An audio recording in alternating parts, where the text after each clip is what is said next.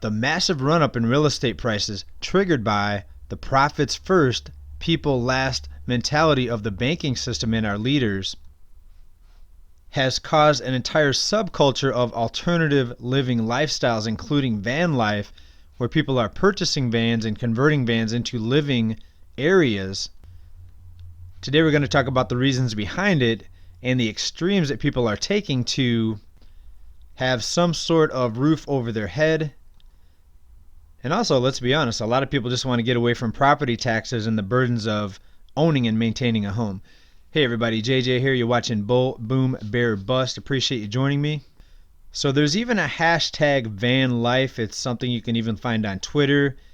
And when you put that into Twitter, you're going to uncover a bunch of people that are living that type of lifestyle. Now, combined with van life and people choosing to live in vans, we also see, unfortunately, a lot of other individuals that don't even have a van.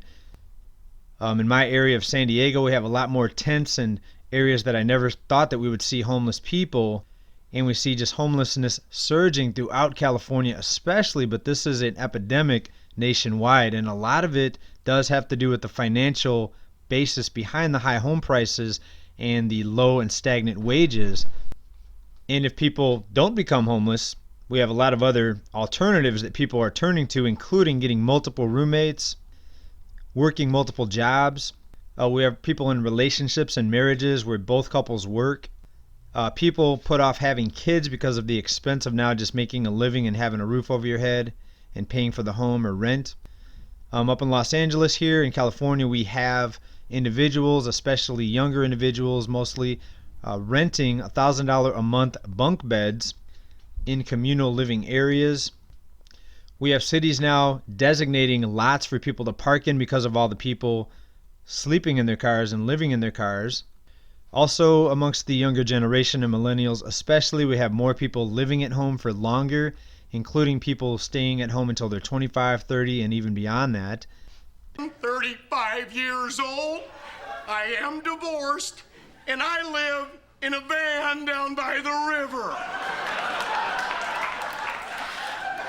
Now you kids are probably saying to yourselves, hey, I'm gonna go out and I'm gonna get the world by the tail and wrap it around and pull it down and put it in my pocket. Because they simply cannot afford to move out on their own with today's home prices.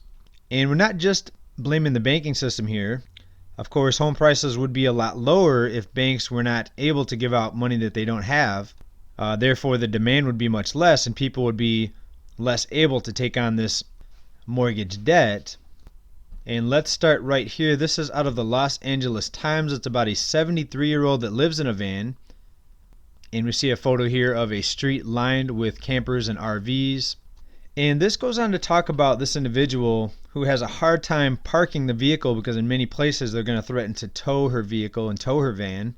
So she has to move around from lot to lot. She also has to live with the fear of getting some sort of citation or ticket because she cannot find a place to park. San Diego is actively working on designating lots, including church parking lots, where people can park during the week. But in many cases, it's still not enough. This article also goes on to talk about a disabled vet who lives in a rusty extended Dodge Ram van with a black tarp duct taped to the roof because the roof is leaking. And he has been issued several tickets so far for parking in undesignated areas. The problem is we don't have enough designated areas for these homeless people or van dwellers to park. So it's a major problem. And this is the sad part or the dark side of high home prices. But we also have people choosing to live van life, even if they could buy a home. More and more people are deciding not to just because, again, the maintenance and the upkeep and the responsibility of being tethered to a home. A lot of people choose to just be in a nomad type of lifestyle. They want to go where they want when they want. And they want to put money in savings and travel versus paying a huge mortgage every month. Now, this alternative living lifestyle has become so common that Mercedes-Benz even has committed itself to van life with this van called the Weekender, the Metris Weekender with the pop-up sleeping area. So Mercedes joined forces with Ohio-based Drivage Vehicle Innovations to make the Weekender what it is. The upstairs, the master bedroom, features a 2-inch memory foam mattress that can be slept in by 2 people. It also has USB ports for charging devices. Downstairs has the bench seat. It can be collapsed into a second bed. It also has a second battery to power those devices without having to worry about draining the main battery. So put everything into perspective here. We have a country that's $23 trillion in debt, and much more than that if you look at the unfunded liabilities. And home prices are so ridiculous now in certain parts of the U.S. that people are choosing to purposely live in a van because the burdens that come with owning a home, especially at an inflated price, it restricts your travel. It means you might have to work overtime and sometimes at a job you don't like. There's a lot of liability that comes with owning a home, including you could be sued if someone gets hurt on your property.